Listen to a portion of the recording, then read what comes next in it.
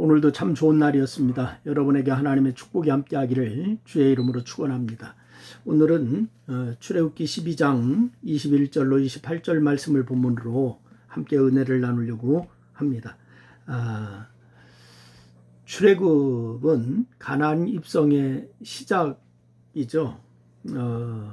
그래서 하나님께서 아브라함과 맺으신 그러한 언약의 성취를 의미하기 때문에 이스라엘 역사 가운데 가장 의미 있는 사건이다, 이렇게 할 수가 있을 것입니다.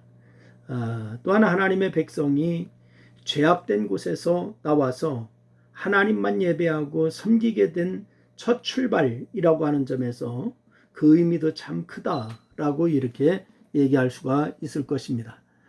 이렇게 중요한 의미가 있는 출애굽, 그달 열흘에 어린 양을 취하였다가 24일 저녁에 그 양을 잡고 그 피를 좌우 문설주와 임방에 바르면서 출애굽이 시작되었습니다.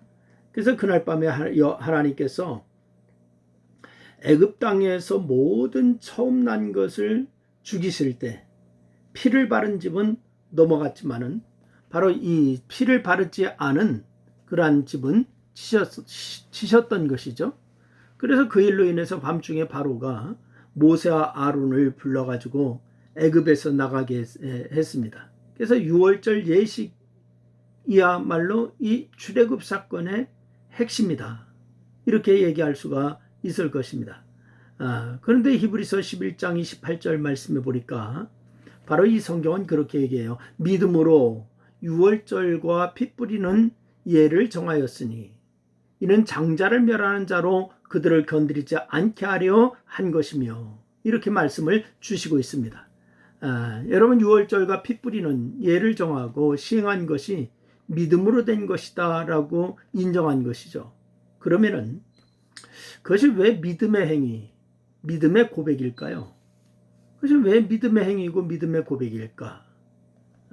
첫째는 믿음이 없으면은 유월절의 예를 정할 수가 없기 때문에 그렇습니다. 믿음이 있어야 되는 거예요. 여러분 잘 알다시피 바로 이 유월절은 하나님께서 애굽에 내리신 10재앙 가운데 마지막 재앙, 즉 애굽 땅에서 처음 난 것은 사람이든 짐승이든 다 죽임을 당하는 재앙과 연결되어 있지 않습니까? 그래서 이 말은 지난 9가지의 재앙이 임했는데도 여전히 출애굽하지 못한 상황이었음을 의미하는 거예요. 9가지 재앙이 내렸다? 그래 출애굽을 못했어요. 그러니 재앙이 임할 때마다 놀라워하면서도 한편으로는 시간이 흘러가면서 지치기도 하고, 또한 출애굽에 대한 의심이 가질 수도 있고 그렇습니다. 그래서 더구나 9번째 재앙인 흑암의 재앙이 있은 직후에 바로가 이전과는 달리 매우 강경하게 모세에게 얘기하지 않습니까? 뭐라고 얘기하죠? 너는 나를 떠나가고 스스로 삼가 다시 내 얼굴을 보지 말라. 내가 내 얼굴을 보는 날에는 죽으리라, 이렇게 얘기합니다. 바로가 한 말이에요. 그래서 이런 상황에서 유월절 예식에 대한 하나님의 말씀이 주어진 거거든요. 여러분 앞서 말씀드렸듯이 유월절은 흠없고 또한 1년 된 수컷 양이 핵심인데, 그달 열흘에 각 가족대로 바로 어린 양을 취하여 14일까지 간직하였다가 24일에 그 양을 죽여서 피를 좌우 문설주와 임방에 바르는 거, 이게 골자였어요. 그래서 그 피를 좌우 문설주와 임방에 바른 집은 죽음의 재앙이 넘어갔습니다. 패스오버했죠. 그래서 하나님은 이 말씀을 주시면서 어떤 말씀을 주시는 거 아니? 내가 애굽 땅을 칠 때에 그 피가 너희가 사는 집에 있어서 너희를 위하여 표적이 될지라, 이렇게 말씀하고 있다고요. 그 피가 표적이 된대요. 여러분 그 밤에 애굽 땅에 두루다니며 모든 처음 난 것을 칠 때 그 피를 보면 넘어가서 재앙이 내리지 않게 하시겠다라고 하는 것입니다. 여러분 이제 공은 누구에게 넘어갔습니까?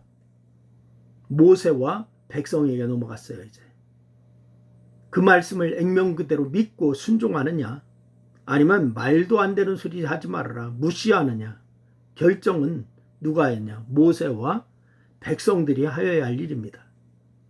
사실 어린 양의 피를 문설주와 임방에 바른다고 하는 거 생각하기에 따라서 미개한 일로 여겨질 수 있지 않습니까? 여러분, 근데 보세요. 그 어린 양의 피로 장자를 포함한 집안의 모든 처음 난 것이 죽지 않는다라고 하는 것이 믿어지지 않을 수 있는 거 아니겠어요? 여러분, 하지만 이 모세는 그 말씀을 그대로 믿었습니다. 그리고 굳은 믿음으로 백성들에게 말하잖아요. 그래서 백성들은 모세의 확신을 보고서 그들 모두 믿고 말씀대로 순종하였어요. 그러니까 히브리서에서 유월절과 피 뿌리는 예를 정하고 시행한 것을 믿음으로 된 것이다, 이렇게 인정하고 있지 않습니까? 두 번째, 오늘도 이 믿음을 가진 자만이 구원을 받을 수가 있다라고 하는 사실을 여러분 기억하시길 바랍니다. 구원은 그냥 받는 게 아니에요. 받고 싶다고 받는 게 아니에요. 믿음을 가지고 있는 자만이 받는 거예요. 그래서 하나님은 오늘 12장 14절 말씀에서 분명히 말씀하시지 않습니까? 너희는 이 날을 기념하여 여호와의 절기를 삼아 영원한 규례로 대대로 지킬지니라, 이렇게 말씀하셨어요. 여러분, 이 말씀은 이스라엘 자손이 출애굽하던 날뿐만이 아니라 하나님의 백성을 악한 세력과 위험으로부터 영원히 지키시고 보호하실 것을 약속하는 그런 말씀입니다. 이게 약속입니다. 그렇다면 오늘 사는 우리도 유대인들처럼 유월절 예식을 문자적으로 지켜야 할까요?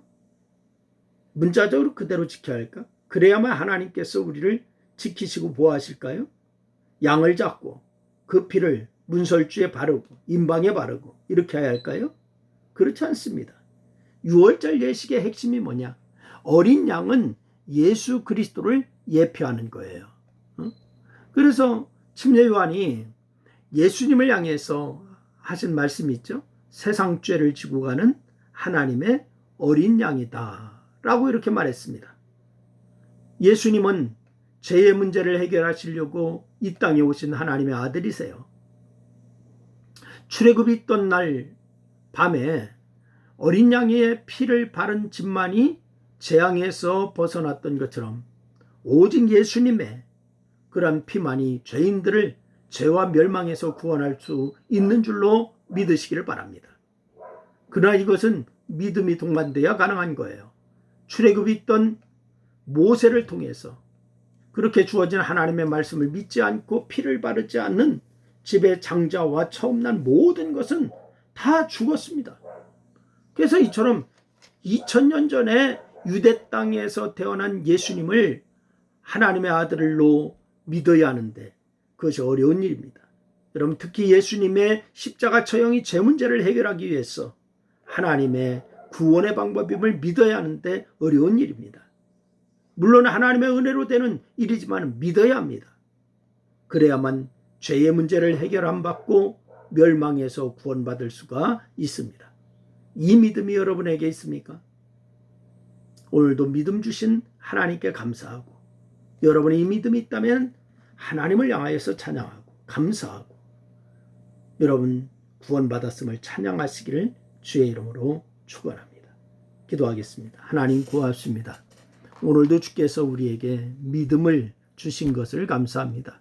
예수 그리스도를 믿게 하셨고 구원받게 하셨고 하나님의 자녀가 되게 하셔서 감사합니다.